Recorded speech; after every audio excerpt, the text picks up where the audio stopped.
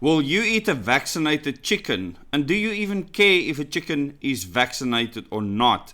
And this is due to an outcry that I saw on social media, especially on Facebook, where Steenhuisen's Department of Agriculture has said that they have now given a way forward for poultry farmers to vaccinate their chickens. So this is a regulatory framework. And in an article in IOL, it says poultry industry lauds bird flu vaccination framework amid shift to disease control strategy, where in the past they would actually cull entire flocks of chicken, and obviously the poultry farmers didn't like that. So according to this article, the poultry industry is very happy with this, with what is happening now, and the fact that Steenhuisen has now made it possible for this framework to be established.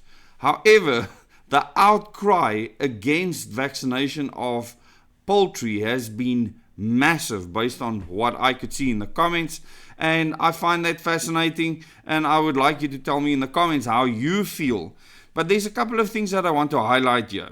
The South African poultry industry has welcomed Agricultural Minister John Steenhuisen's decision to introduce a regulatory framework that will allow the use of vaccines against highly pathogenic avian influenza, or HPAI, marking a significant shift in the country's approach to managing bird flu outbreaks, where in the past it was culling and now it would be vaccinations. Now I have many questions, like how much would such a vaccine cost versus the price of the bird, etc. Who will be making the money?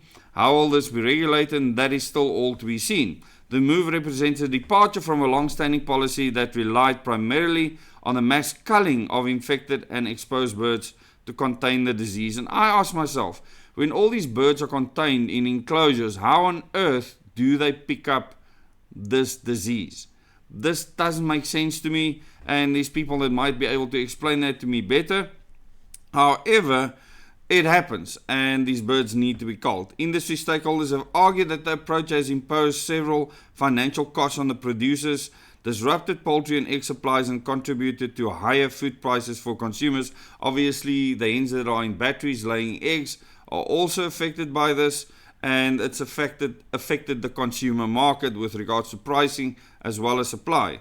In a statement on Wednesday, Steenhuisen announced plans to amend animal disease regulations to create a legal framework for the use of vaccinations as part of a broader avian influenza management strategy. But the public kickback is huge.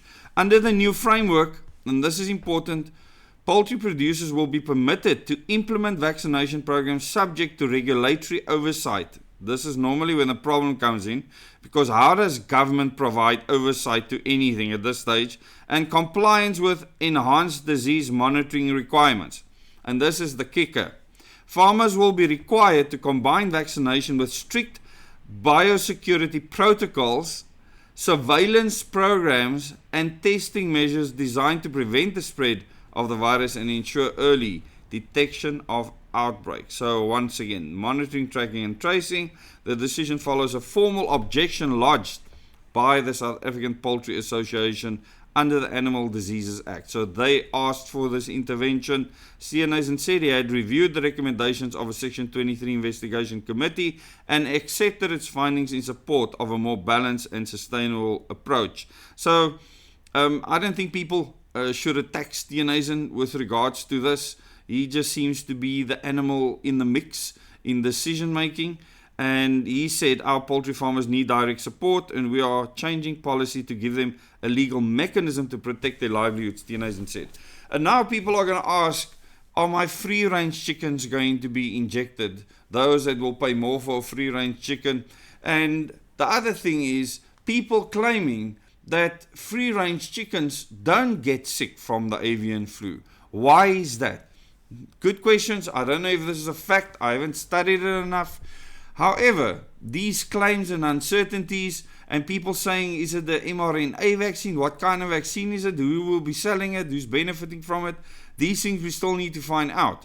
But you can tell me in the comments if you know something more about this so that I can talk about it more. I do think that we need to be concerned about the food that we eat, what they are injected with, the animals, whatever, whether it's pig, sheep, cattle, chickens, and how it might affect us. These are all good questions to ask. I'm not a conspiracy theorist. I work with facts, and I don't have all the facts with regards to this, so I don't know what the outcome will be, whether this is good, whether this is going to be bad. But I am skeptical with what I put into my body, and I can tell you for sure that I would not want to be the chicken. Thanks so much for watching. Please subscribe to this channel if you have not yet, and click the bell icon so you get notifications for future videos. And do like this video, comment on this video, and share it with your friends and family.